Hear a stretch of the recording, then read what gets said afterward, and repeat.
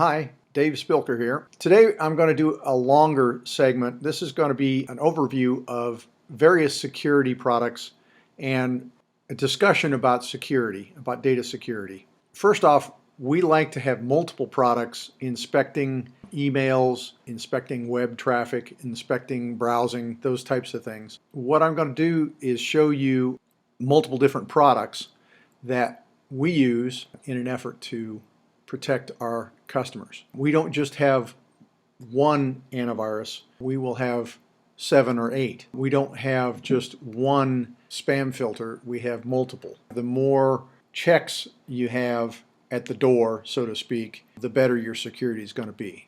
One of the tools we use is a front end to mail servers. In this way we can provide some protection and examine mail as it comes in to your mail service. This can be used to examine mail if you have your own mail server, but it also can be used if you use Office 365. We can front end mail that goes into Microsoft. We can front end mail that goes into Gmail accounts. Okay, we can look at what we want to do here with spam. Do we want to deliver it and just modify the subject and put the word spam on it, or do we want to just not even bother delivering it to the mail server? There are multiple different filters that they use. This company has 4 of their own filters. They can also use DNS block lists, real-time DNS block lists that can block spam. And then they also can run it through something like Spam House and Spam Cop. Those are third-party products.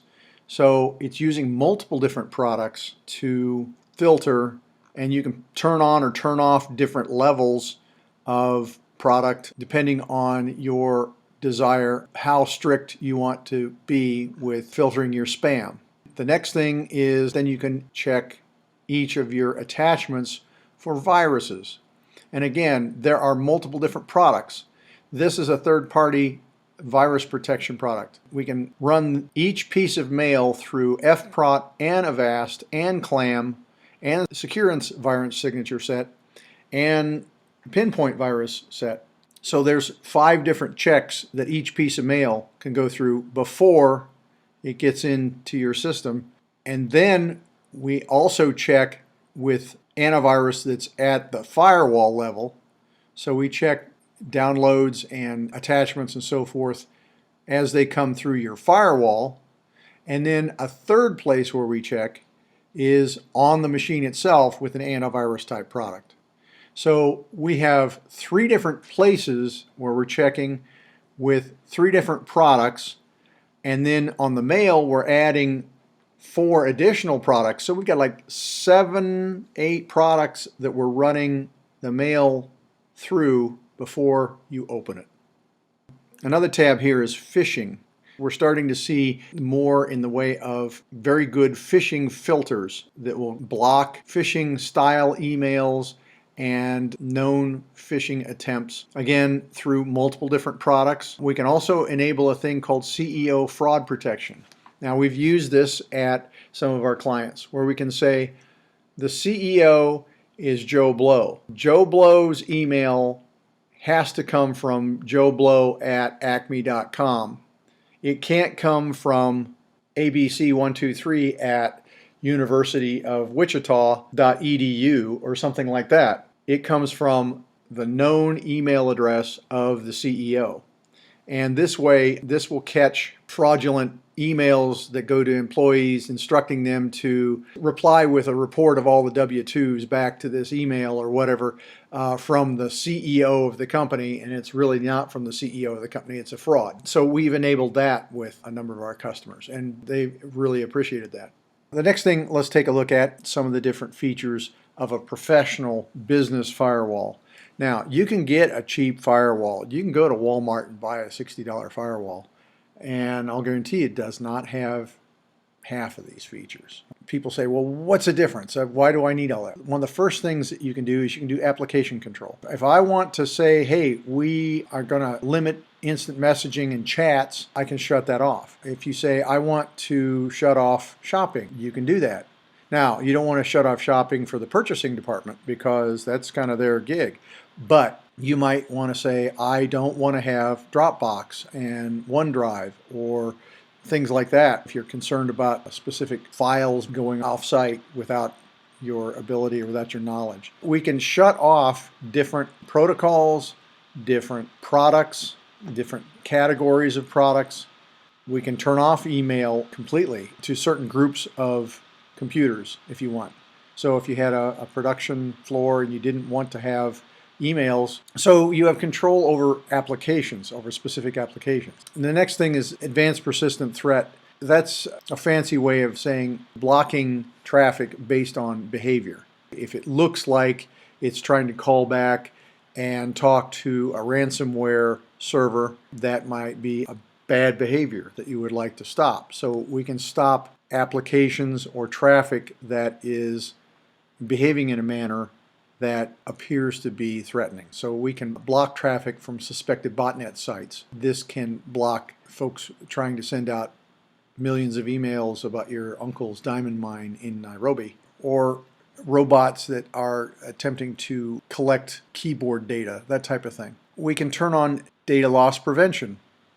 So we can, if it looks like somebody is sending out HIPAA information, like a list of social security numbers, we can have it stop that. We can have it clamp down on that and stop that export, that spreadsheet, that email from going out. Same thing with PCI, which is a fancy way of saying credit card information. If someone sends an email with a credit card number and an expiration date, we have a DNS watch. And so we can make it so that if somebody gets an email and it's a phishing attempt and they click on it and it goes to a website that has some known behaviors of phishing like this, we can have it block the traffic from getting back to that website, but also pop up a message that says, hey, this was a suspected phishing site. You really shouldn't click on emails with attachments like this, and provide basically a training moment for the individual. We have gateway antivirus, basically like an antivirus at the firewall.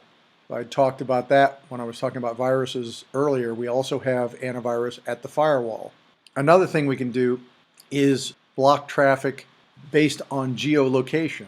So if we want to block traffic from Russia and North Korea and other locations that a company doesn't do business in, we can block traffic from those locations. So if somebody really says, I only do business in North America, I want to block all other traffic, we can do that. So the quantity of traffic and malicious traffic can be reduced significantly. You can significantly reduce the threat to your equipment, your infrastructure, and so forth if we do some limiting through geolocation. We can turn on intrusion prevention. Basically, when someone attempts to scan your system, you can observe that behavior, your firewall can observe that behavior, and then shut off that traffic immediately and say, I'm not going to allow anything else from that IP address. That way, so if someone is trying to do different things, rather than just letting them do it continuously, they can do it 3 or 4 times, and then you say, oh, they're done, they're off, and we're not going to allow any traffic from them for a period of time. We can enable rogue access point discovery. We can enable a reputation defense. We can block spam at the firewall level, enable threat detection and response. We can enable web blocker policy, so you can block traffic by category. And this allows you to go in and say, okay, we're going to block porn, we're going to block terrorist sites, drug sites, and so forth. And that can further reduce threat to your systems when you have folks who may be surfing to places they really shouldn't be.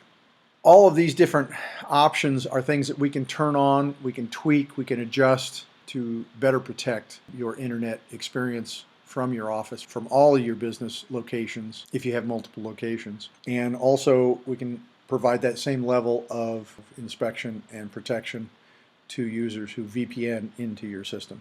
So you could also protect your sales folks, remote workers, that type of thing. All right, so the third prong on this was we can look here at the antivirus at the workstation level. We can have software that checks things on the machine as they are being opened and so forth. And then you can go to the machine. Even if you check something as it's being opened, what if somebody opens something that doesn't appear to be bad, but a couple weeks later it turns out, oh, that's some really bad stuff. We take the time in the evenings after work and ask our antivirus software to scan the entire machine and look for anything that it sees as a threat. So it looks at the entire hard drive, not just the traffic that came in today, but everything that came in last week and the week before, and re-examines it. And in that way, if something turns out that it is flagged as very dangerous, but it wasn't flagged as very dangerous on the way in, it can still be picked off and blocked. So you can go in through a product like this where we can set up daily scanning, behavior monitoring, predictive machine learning, and then we can also have web reputation settings. We can filter things out that look like they're going to be an issue. And we can filter specific URLs if we want to. Again, we can block adult material if we want to block known hacking sites, known compromised websites, those types of things. And we can do this for Windows, we can do it for Apple, we can do it for Android, we can do it for iOS. That's a third place where we can inspect traffic, block malicious behavior, and keep you safe.